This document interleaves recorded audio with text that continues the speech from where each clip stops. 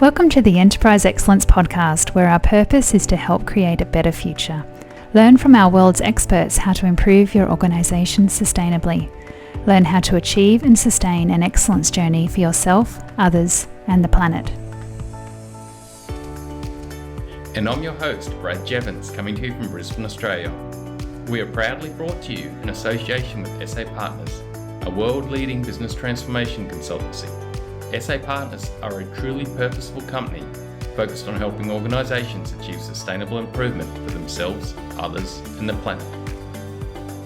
Hi everyone, I'm so wrapped in our episode today, bringing back safety with physical and psychological safety with Mr Anthony Gibbs. Such a key topic. I know so many companies are striving to improve their safety position.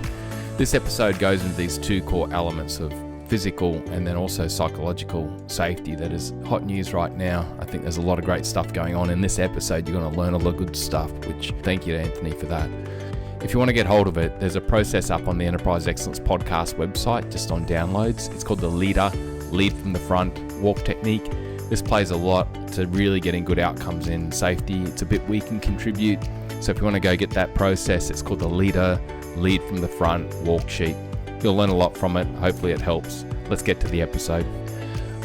Welcome to episode 135 of the Enterprise Excellence Podcast. It is such a pleasure to have Mr. Anthony Gibbs on the show with us today. Anthony is the CEO of Sentis, one of the world's leading organisations in helping enterprises improve their culture in relation to physical and psychological safety. Anthony believes in unleashing the potential of people to make change for the positive. Sentis use brain tools, psychology and neuroscience to enhance and celebrate what it means to be human, being healthy, cared for and safe. Today we explore the latest thinking in physical and psychological safety. Let's get into the episode. Anthony, thanks so much for joining us today. Thanks for having me, Brad, and hello to your listeners. Mate, really appreciate it, Anthony. It's going to be a great chat. Mate, what's your backstory first, Anthony? Like what led you down this path to be getting into cutting edge psychological and physical safety, which is, mate, so important? Oh, yeah, Brad. So probably a bit of an unusual background in some regards. I went to uni, studied psychology, and then sort of lost my way halfway through my degree. Didn't know whether that was what I wanted to do or not, but I ended up jagging a job at a local drug and alcohol rehab in Mackay. And I came on as a community support worker there, and I actually started to see some of the tools put into practice, and that sort of re-inspired my energy. So I went back and I kicked my degree back into gear and kept on working at the rehab part-time. Ended up becoming an allied health worker there, and then ran the facility for a period of time as well, and really started to see the impacts and the results of giving people different tools in the way that they think. I then sort of worked for a couple of different organizations, mostly in supporting people to recover from being unwell. But it was just burning in the back of my head the whole time that, a lot of the people I was working with, if they've been given some different tools a little bit at a different stage in their lives, maybe they wouldn't have to be sitting here talking to me.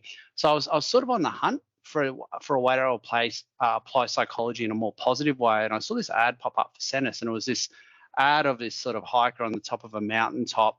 It was all about pushing boundaries and helping break through barriers and adventure and supporting people to reach new peaks in performance. And I went, oh, geez, that looks pretty interesting. And it was Sentis. So I applied, and I was lucky enough to get the gig. And here I am 15 years later. I started off as a facilitator, and I've held a bunch of different roles, and now I'm very fortunate to be in the role that I am, leading Sentis. It's amazing, mate. I know when I first came across Sentis too, and I think it was one of your team members presenting at an excellence event, and it just blew me away, the knowledge that was being shared and the thinking that goes on at Sentis. So I can understand why they put that sort of ad back in place back then. And then the one thing I'd like to loop back on too, mate, like I'm guessing up in Mackay too, for those around the world that don't know, Mackay's in the heartland of heavy industry in Australia. You got heavy industry in Mackay, and then around it, you got a lot of the mining industry and stuff like that. Like, I guess from a safety perspective, mate, I guess it's part of the culture there, isn't it? Like, it's known that things are risky. And so I guess you're in the heartland of it. Yeah, look, I guess I was living in Brisbane at the time. I've actually moved back up to Mackay. Mackay, lots of cane farms, so lots of agriculture, and obviously there's risks and hazards attached to that. And we've got all the mines out in the Bowen Basin and the Galilee Basins and the like out the west. You've also got the ports here, and you've got a bunch of creeks that are full of great fish, but crocodiles as well. So, yeah, managing risks and managing hazards is part of the lifestyle here, but also taking risks and making those choices is one of those sort of things. So it's a really interesting dynamic in that, you sort of get used to risks and hazards, and it's often not until these things are drawn directly to your attention and you're challenged to think about those things differently, challenged to think about, safety as an investment as opposed to something that, isn't, something that's imposed on us. That's often a transition that people will make often later in their lives. You have kids and you start to think about safety differently. The opportunity, I think, for a lot of organizations is to support people to do that sooner and more deliberately and in a more focused way. Yeah, I could imagine. And with Anthony, with excellence in physical and psychological safety that we're talking about today, what are the key factors as you see it now? Like, mate, we've spoken about how Sentis, you're constantly looking for innovation and how do we do things better. But as it stands right now, mate, what are you seeing as the key factors? Look, I think organizations, when it comes to safety, typically define safety as physical safety. We're going to make sure that people don't get physically harmed and physically hurt. And there's a really strong focus on that. We're going to put guardrails and policies and procedures and rules and all those sorts of things in place to sort of nearly help people protect themselves from themselves to a certain extent. What we're seeing sort of more progressive organizations do, and this has been helped along a little bit by the new changes in legislation around psychosocial risk, is looking at the definition of safety being broader than just physical safety, but also incorporating psychological safety and social safety as well. So for your listeners who aren't aware or familiar with psychological and social safety, so social safety refers to the sense of security that people have within their relationships and interactions with others. So we're talking there about, are we supporting people to be in a workplace that's free from discrimination, harassment, bullying, those negative social interactions. And then with the psychological safety, it's, are we putting people in an environment where people can express their thoughts and opinions without the fear of negative consequences, either personal or work-wise? Now, if we truly want to shift organizational cultures, both from a safety perspective, but from a whole range of different perspectives, whether it's capacity, innovation, whatever the case may be, there's a strong interplay between those three components of safety. And those three components of safety feed off one another in both helpful and hindering ways, I guess. So by broadening our definition of what helps people feel truly safe at work, we've got this opportunity to think about safety differently and in a way that creates positive change in a range of different areas within an organization's culture. And so, and then with that, what you're talking about there, where you got social safety, which is about all those, I guess, negative or positive aspects, depending on what you look at it, about human connection and do I feel safe at work and do I feel respected and so forth. And then you mentioned psychological safety, which is, do I have a voice? Can I raise any concern? Am I going to be respected? So what you're saying, mate, is that these two factors of, social and psychological safety, they intertwine to actually get that greater safety result. How's that play out, mate? What plays out there to create that greater safety outcome when you're looking at those two factors? Yeah, look, so a lot of the clients we work with are in the heavy industry sector, as you mentioned earlier, in this region, but also globally.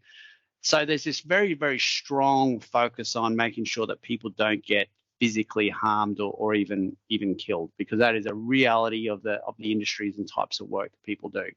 So organizations will really push hard. There'll be like these really detailed rules and guidelines and quite directive top-down approach. And in this desire for I guess, people being compliant with the rules and regulations that are being put in place, leaders will feel this sense of nearly a paternal parental kind of way of leading people. Now, the challenge with that is, we can sometimes focus so heavily on the physical, like you must do this, that relationships can be damaged, or the quality of relationships can be ignored, or people won't be put in circumstances or conditions where they have a voice or their voice is heard or they can speak up.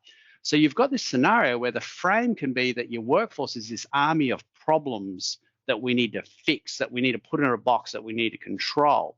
But the opportunity is, if we really think about safety more broadly and think about that psychological and social safety, you can flip the whole conversation. Well, actually, our workforce could be an army of problem solvers. They're the people closest to the work. They're the people who are connecting with things on a daily basis.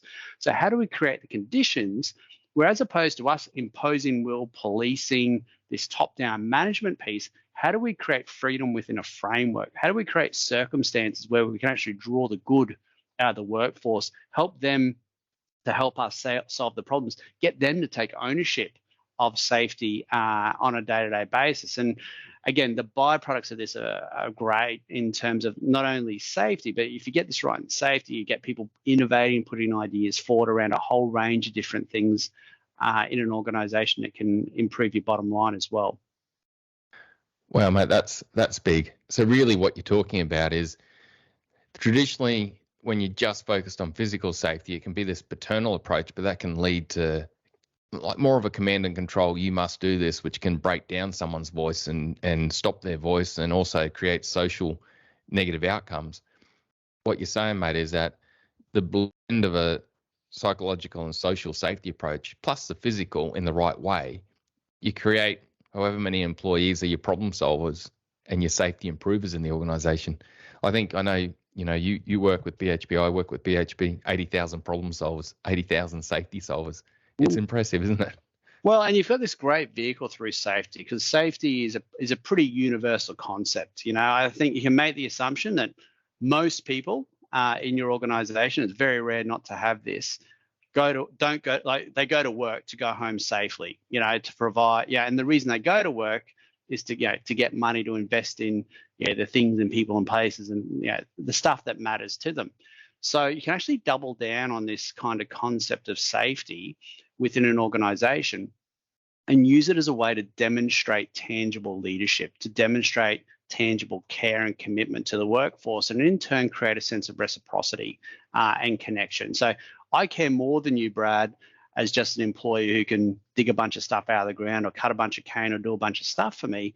I care about you as a human on a human level. And because of that, I respect you socially. You have a voice, and I'm going to ask you for your opinion, your input and perspectives. And it creates a different type of feeling within an organization. For your listeners, I get you to have a think about the leaders in your life that have truly given you energy, how they engage with you, versus the leaders that when you get called into their office, you get that kind of feeling in your stomach, you start sweating bullets. And and what's it like to work in those organizations? How much discretionary effort do you put in? How much engagement do you have? How much are you going to go above and beyond for those workplaces? Yeah, that's amazing.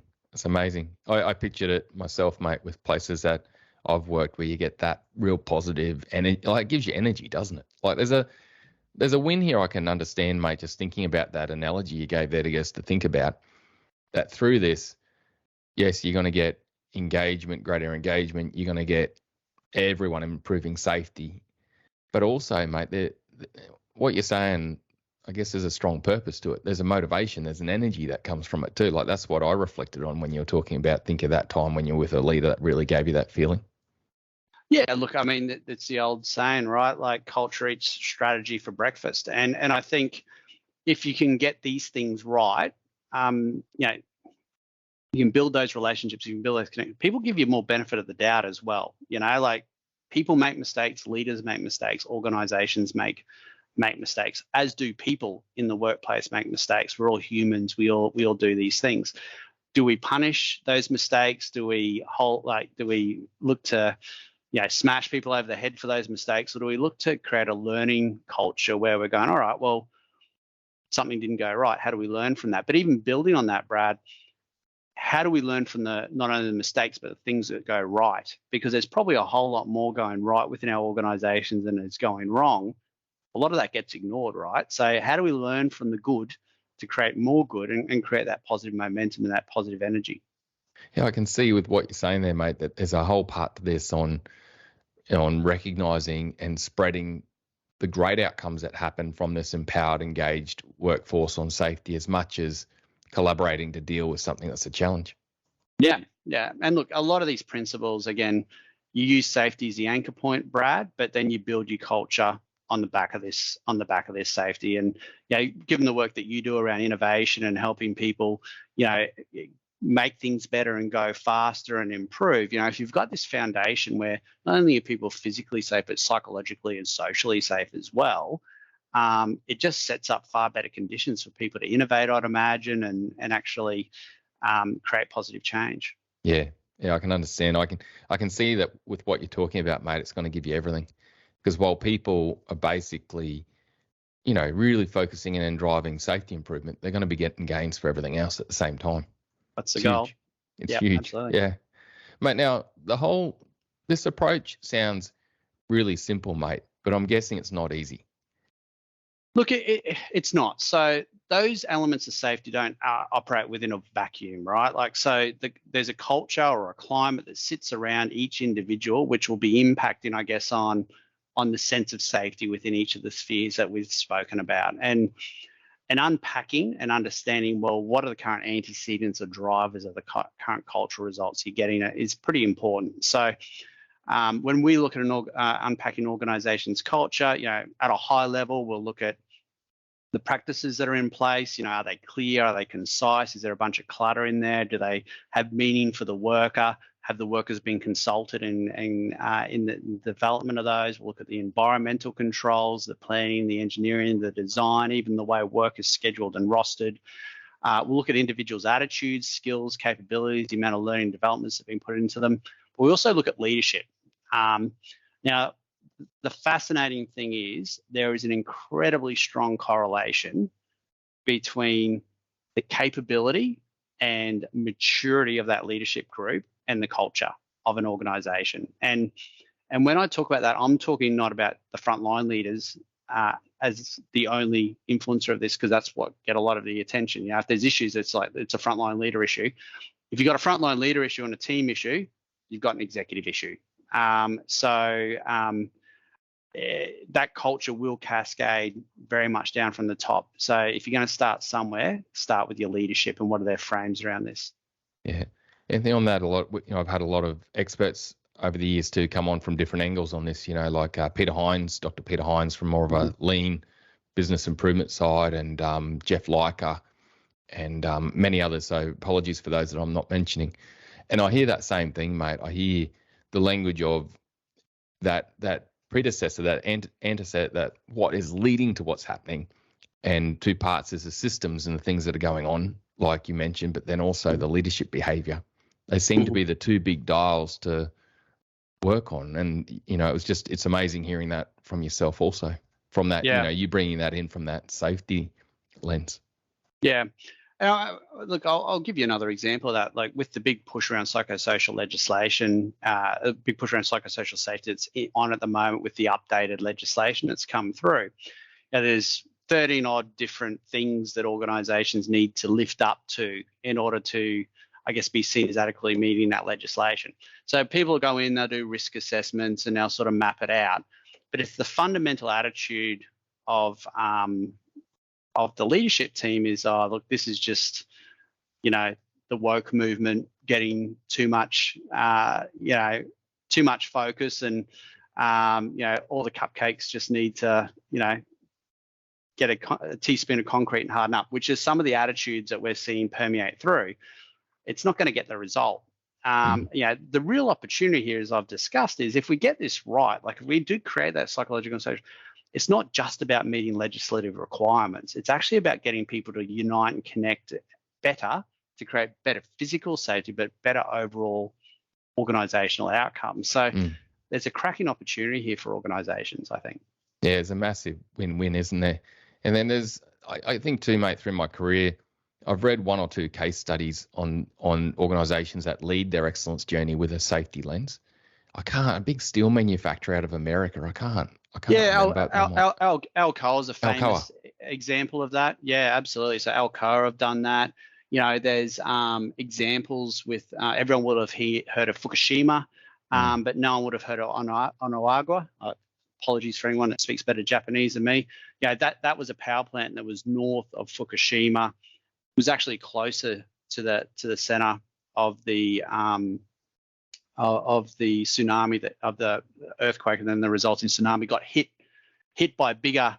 It got hit by more significant outcomes than Fukushima, but because of the leadership team putting in different controls, a bigger seawall, running emergency readiness, looking more broadly for ways to make sure that their plant was safer, they were actually the local township went to that site to get help, and that's where they stayed while they were getting their homes rebuilt, as opposed to Fukushima, which is a well-known disaster, right? So this is the difference. That planning, that and it all came down to leadership and culture on that particular site, and that willing to be innovative. So it's a really interesting thing that we often find with safety as well. That's another example where everyone knows about the disaster, but no one knows about the success. My challenge is, we can learn from that disaster, but what do the successful sites do that mean that they're getting great results?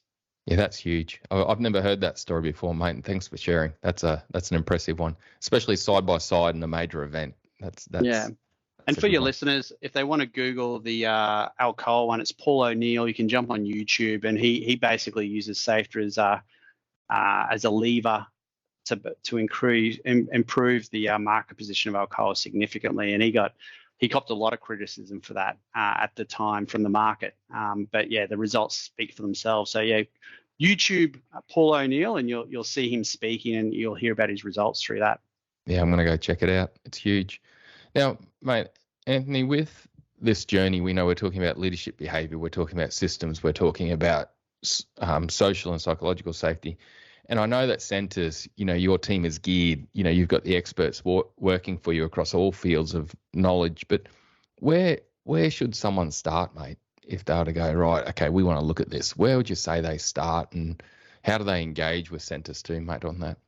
Yeah, look, I think it's always good to start by getting some data to do some planning. It's that whole kind of, I know it's a worn out analogy, but measure twice and cut once. I think particularly if you're in a situation where things are really not going right, there can be a tendency to jump straight into action. And you want to be really sure that you're targeting the right thing with that action, because sometimes when it comes to culture, it's not necessarily always completely obvious why you're getting the outcome that you're getting. So the way we would typically support organizations to tackle, creating the shift and creating that change is probably by one of two ways. One way is to look at their organization's incident data. And what we would look at we'd look at that data from a lens of not only what is the actual outcome of those incidents, but what is the potential attached to those incidents, and what are the precursors to the more serious incidents occurring, and creating a focus on the critical few areas of safety and the precursors, so that we can make sure the big stuff is getting managed properly.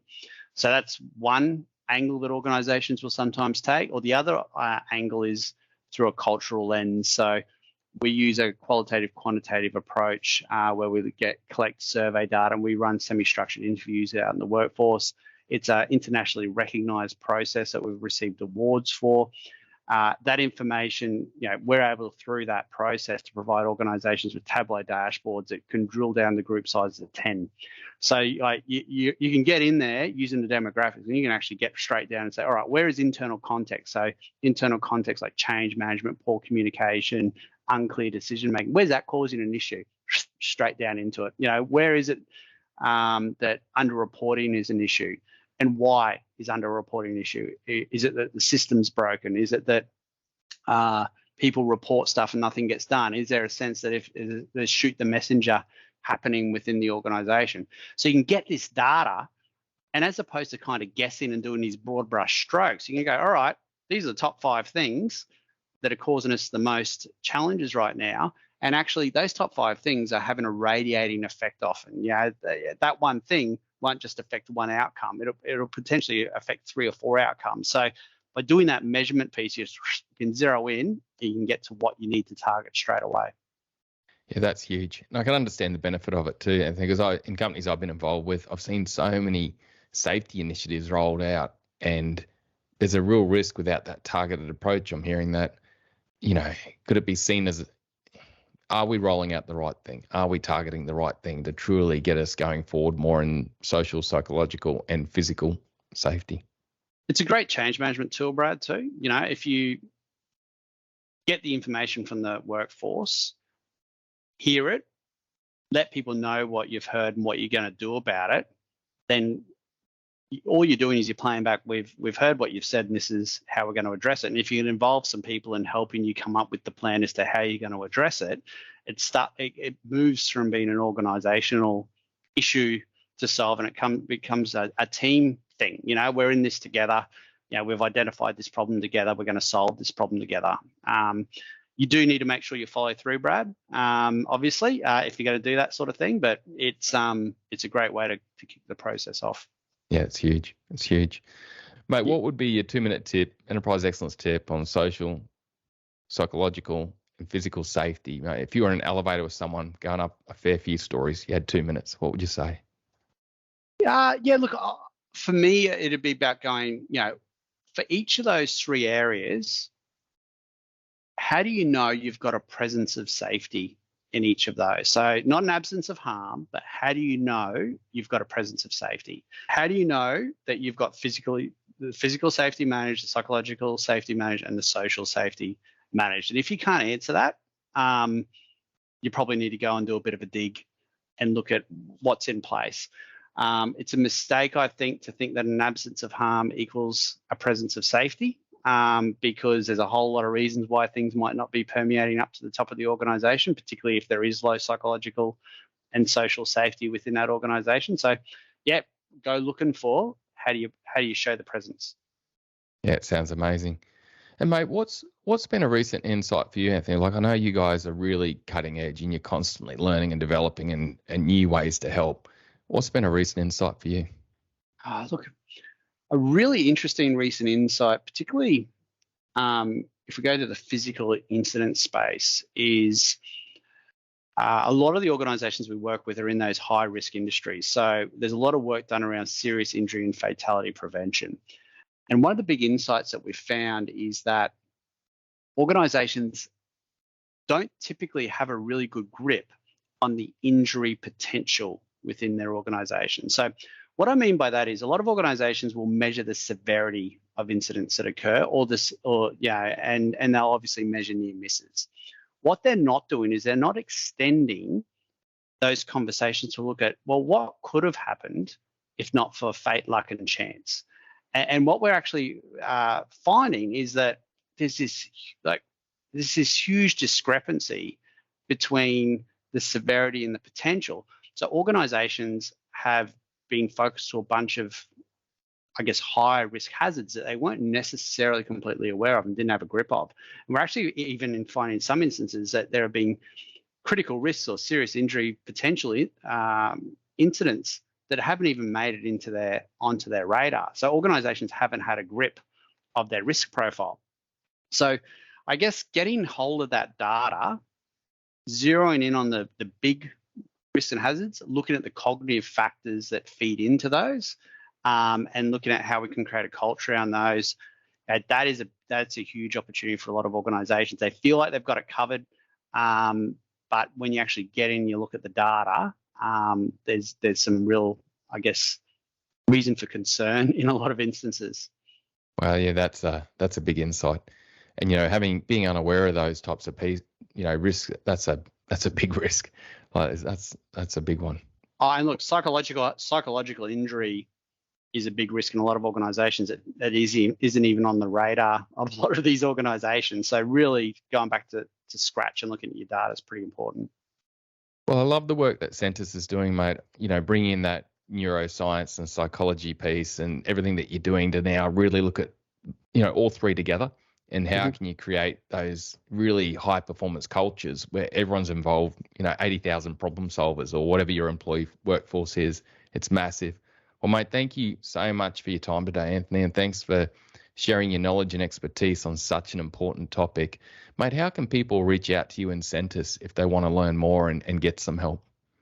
Thanks, Brad. Look, sentis.com.au is our website. Drop us a line or feel free to connect with me on LinkedIn.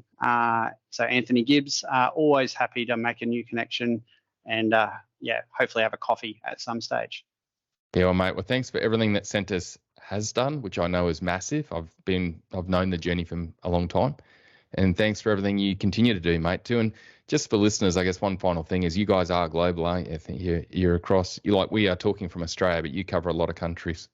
Yeah, so at the moment, we've currently got boots in the ground all through Africa, Middle East, Canada, US is where we're active at the moment with clients. Got people on site right now doing the work we do best. So, yeah, we do have that global reach.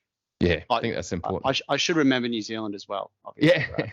Definitely. And I think, too, just listeners sometimes hearing two Aussie accents, it can be thinking it's just Australia. But no, this is, a fair coverage. So, Anthony, thank you very much, mate. Really appreciate it. Such an important topic, such a great episode. Thanks again, mate, for helping us create a better future. Thanks for your time, Brad. Pleasure. Cheers, mate. Bye.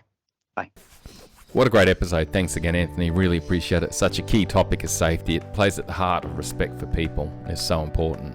Remember, there's a free download on the lead from the front Gemba walk technique. This is such a key one to really driving safety the right way. I've seen dramatic drop in safety measures based on leadership getting out and following this sort of technique to really get some outcomes. Plays to psychological safety, also of course physical, because you're there seeing it. The psychological is how you engage and the language you use to really build that confidence and trust and safety and being able to speak up, but also that focus on safety as part of it. So go to the Enterprise Excellence Podcast website, downloads, you can get hold of that.